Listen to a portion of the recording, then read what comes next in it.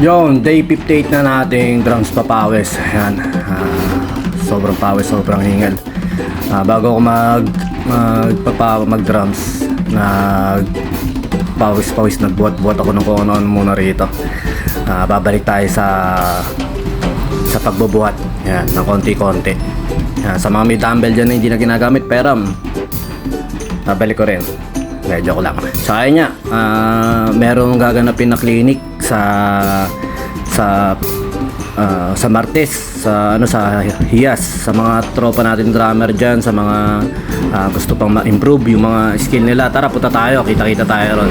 Alas 9 ng umaga hanggang 4 PM lang yon. Ang clinician si Junjun Regalado. Marami pa siyang kasama mga clinician. At saka syempre ando doon din yung pride ng Bulacan na si Joaquin Ramos, na anak ni Sir Buying, may-ari ng Jollibee sa Pulilan. Solid yung mga yun, napakagaling ng bata na yun. Talagang Bulacan represent, isa sa pinakamahusay, talagang mahusay na bata na drummer dito sa Bulacan.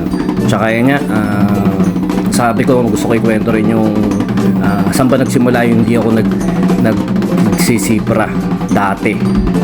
Kasi nga, laki kaming church. Noong mga 90s na uso yung mga backmasking. Syempre, influensya tayo ng church. Ang sabi sa amin, wag makikinig ng ganitong music o talagang eliminate na. Kasi nga, may satanic ganito may ganyan na marami rin nagturo nun. Talaga naman, may mga subliminal message o gano'n, parang gano'n na naka sa kahit hindi sinasadya, meron talagang nakaganon sa mga music na iba.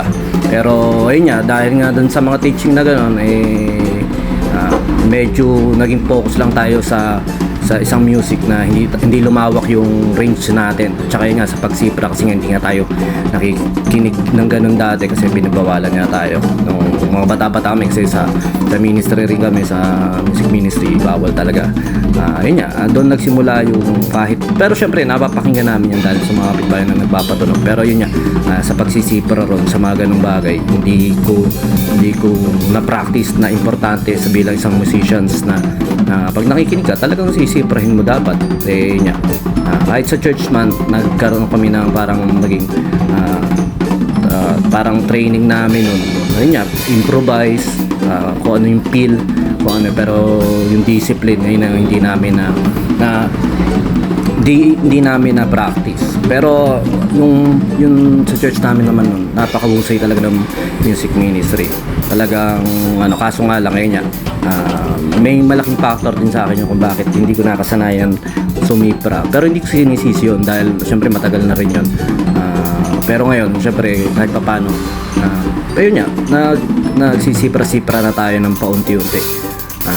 Pero malaking factor talaga yung mga ganong mga teaching o ganong turo sa atin mga kabataan, lalo na sa bilang musicians. Tsaka yun nga, siyempre lumaki rin ako na ang sinasabi, wag mangopya, wag ganito, wag mangopya, wag kopyahin yung ginagawa ni Bam kasi may sarili ka identity.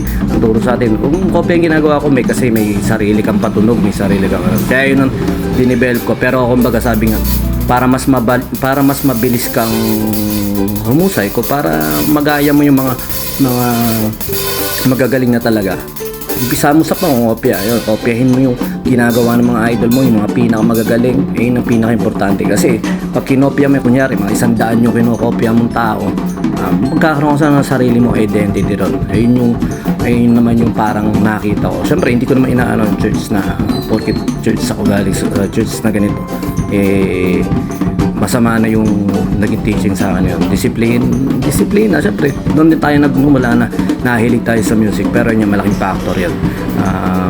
Pero ano naman yun, may katotohanan naman yun, talaga meron epekto sa atin. Syempre pag nakikinig tayo ng mas nakakalungkot na music, mas nalulungkot tayo sa mga rock naman, depende rin yun. Syempre hindi naman tayo against sa mga rock o sa hiyawan na tugtugan. Talaga ako nga gusto ko yun talagang inaano ko yun tugtugan ko din yun, will ko maiingay din. Pero syempre nga, depende nga sa lyrics at saka sa message ng kanta. Ayun yung kumbaga iniiwasan lang ng mga panahon na yun ng 90s na para may mga satanic music nga may ganito ganyan na nakaka-impluwensya sa pag-iisip ng mga kabataan nun. At saka kahit naman sa ngayon. Kaya yun lang. Hindi ko alam kung ano yung na-share ko na yun, pero basta salamat sa mga nanonood.